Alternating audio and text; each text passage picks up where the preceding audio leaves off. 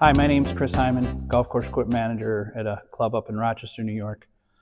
Some of you have asked me, how do I grind my bed knives parallel to the pivot bolt with using a Foley 673 bed knife grinder.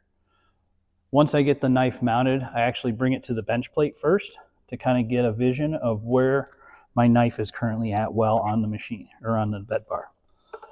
So I kind of line it up here against on the bench plate, use some 1, 2, 3 blocks here that I got off Amazon, and use the back one to support it. So I measure this first one. I am at 883, so 0.883.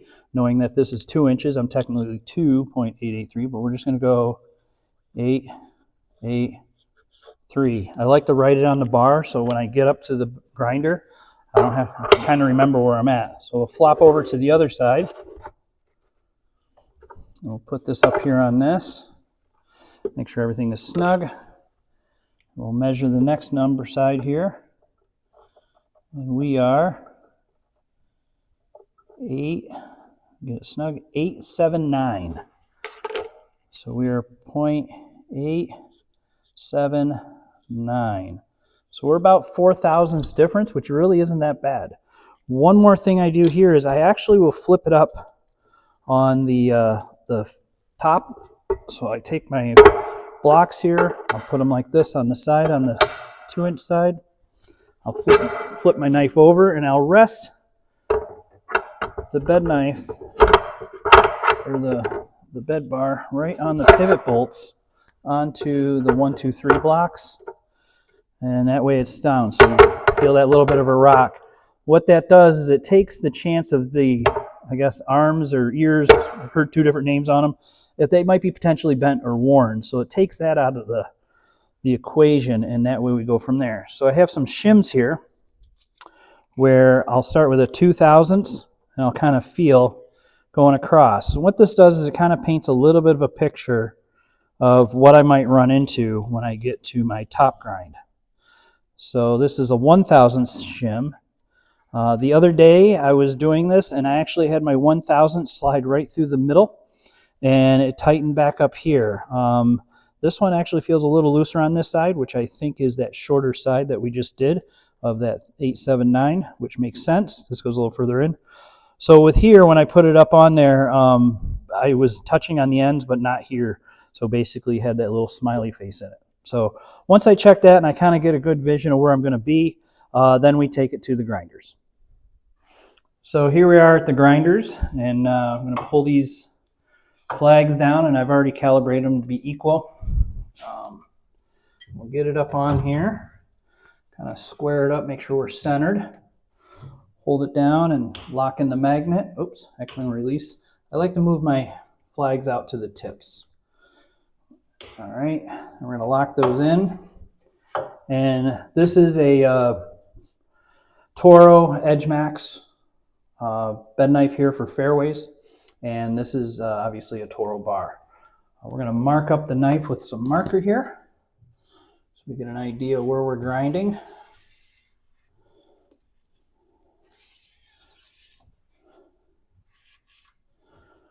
Okay, and being that we're using that Toro knife, we're going with the specs of the 5 face with a 10 top.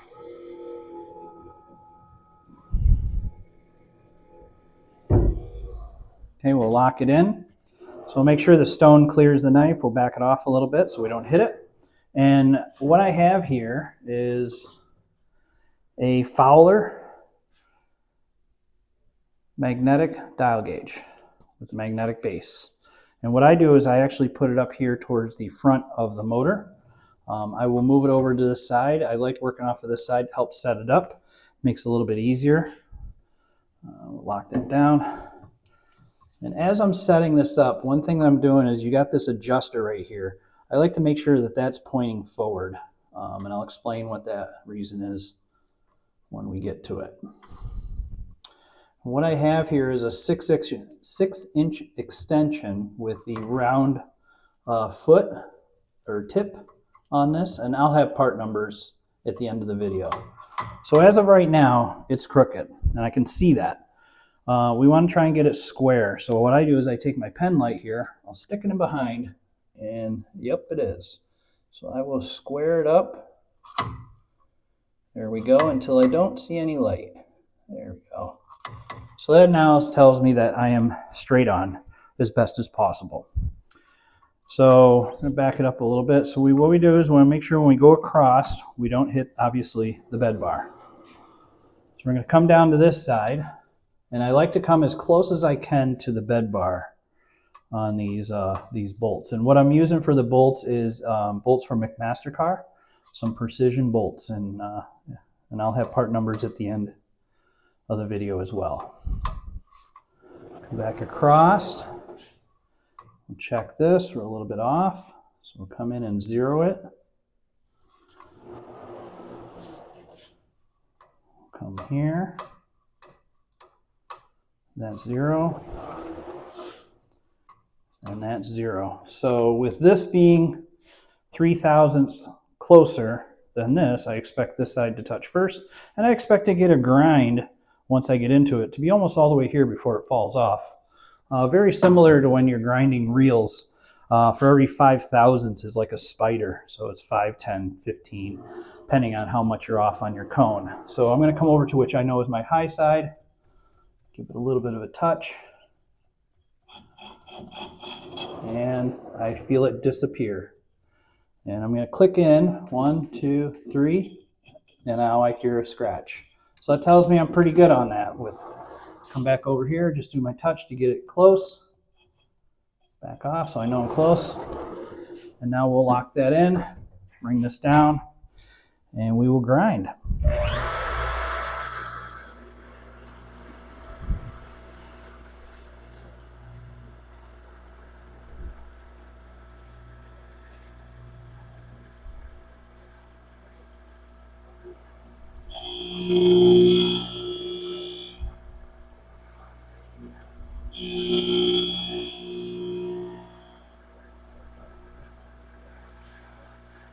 We'll let it go down and back one more time with 1/1000th of an in feed.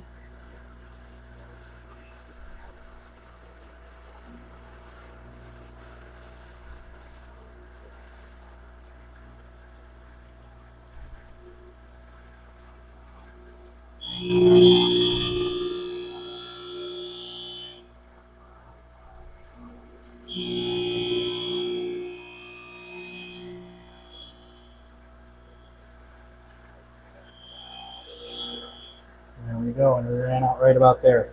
So now what I'm going to do is, because I have the 673, I'm going to go with one program at this point, which will give me 0.004. So we're going to get this going, and I'll be right back.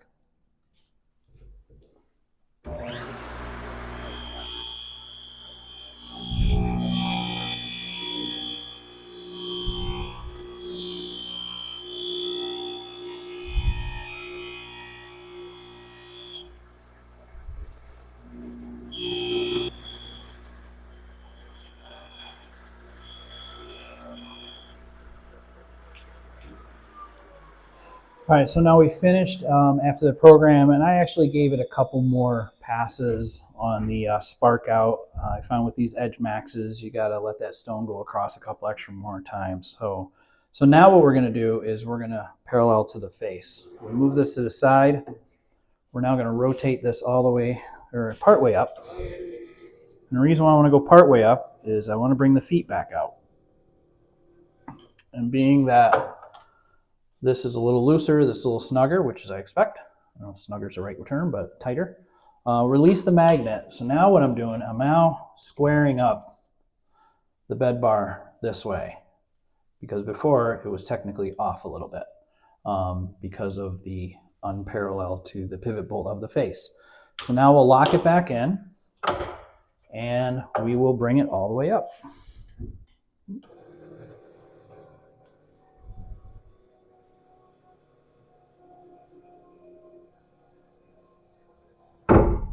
Okay, now we have it here. So now I'm going to take my gauge. I'm actually going to mount it to the back side because the front side would be too close. So we're going to move this over a little bit more, and we're going to mount it to the back side here. And do the same procedure, just with doing it with the face. Get our gauge set up. Lock this in so it doesn't move. Once again, put this forward, make sure it's square, open that back up, and then try and get it in here. And ideally we want to get in as straight and as high as we can in on the pivot bolts. You know, we want to make sure we miss the arms. There's certain bed bars where you will hit those, so you got to try and do the best you can, come from underneath, and go from there. So we'll get that. Once again, we'll check it. Yeah, it's a little bit off. It's got to come back. No, go back. There we go. And now we're square on that. And then let's see if we clear the bed bar when we go back across.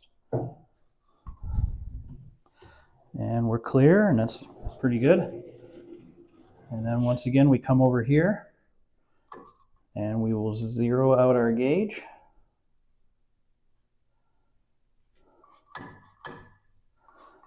Come back over here.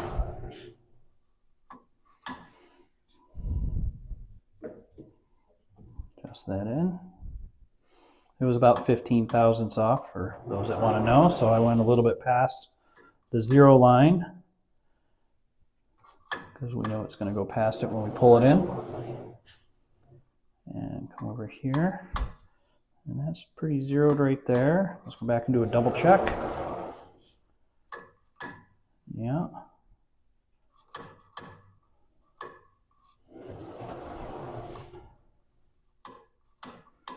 A little bit.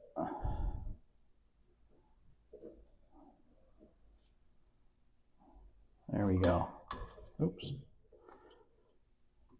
I'm probably being a little more finicky than most, but why not if you can? There we go. 0 and 0.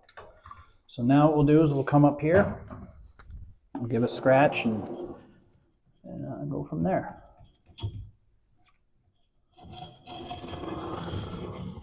And I expected this side to be tighter because this is the side when we had it had a gap underneath it when we had it up. So we'll come over here, go 1, 2, 3, 4, 5. So 5 is when it starts scratching again. So it gives me an idea of how far I've got to go. So we'll come over here. We know we clear. Oh, it actually caught on the tip there a little bit. So it'll be interesting to see. So let's give this a run.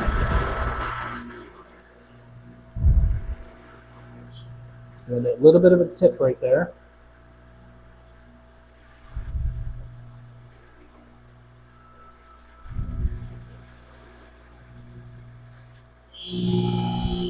And hit it on the end. We'll let it go down to another maybe thousandths in, see what we get.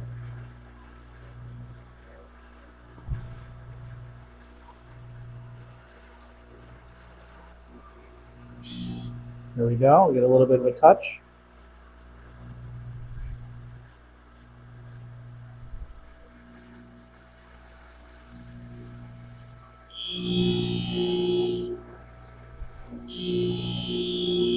So at this point, I'm going to let it come to the end, knowing that I'm probably within that 4 thousandths range.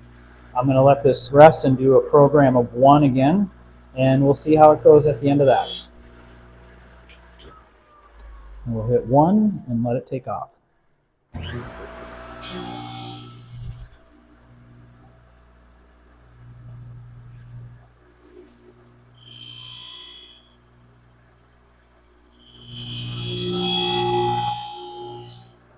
So we finished the program and we're not quite there yet. What I want to show is something that I see quite often. See that right there? It's not going all the way up. So right about here, the knife isn't ground all the way, and it took a while before it actually even started touching here. So that's something, you know, that we want to keep an eye on. And this is that spot where we had the feeler gauge or the, you know, the shims go underneath. So what I'm going to do is I'm going to give a couple more turns with the grinder here manually and try and get it going to take that out. Okay.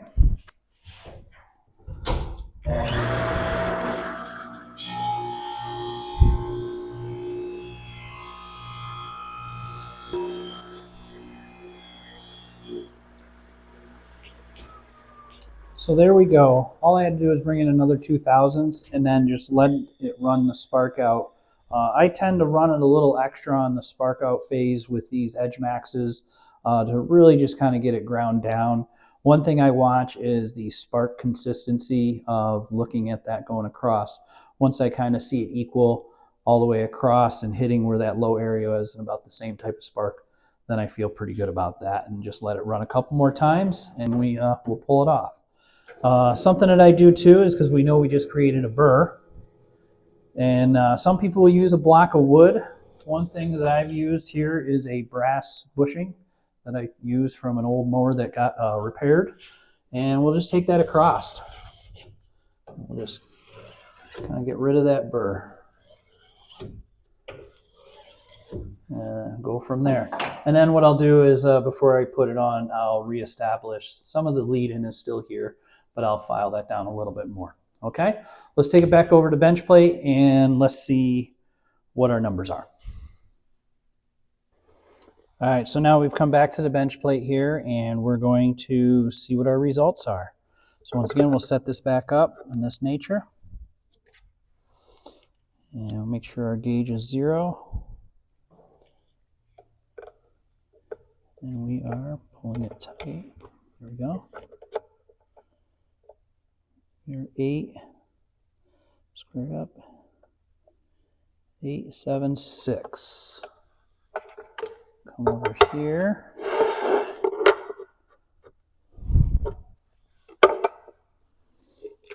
And check this.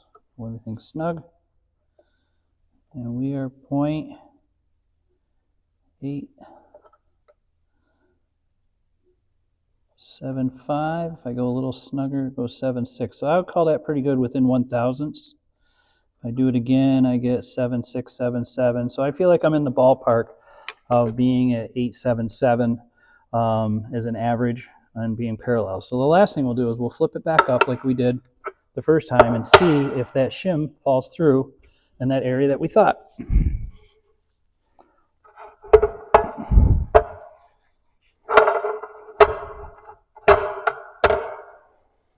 Get these square. All right, we'll take our 2000s. We're tight all the way through. All right, so now, oops, check our 1000s. And we are good. So I would consider this a good knife to go with and say that we're doing pretty good on parallel to pivot bolt. So that's how my process is. It's a process I've been doing for almost 2 years now and has worked out great for me and provides a great quality of cut out on my golf course. Once again, I will list all of the tools and part numbers that I've been using for this. And I just want to thank everybody. I hope you get something out of this and can take your grinding to the next level.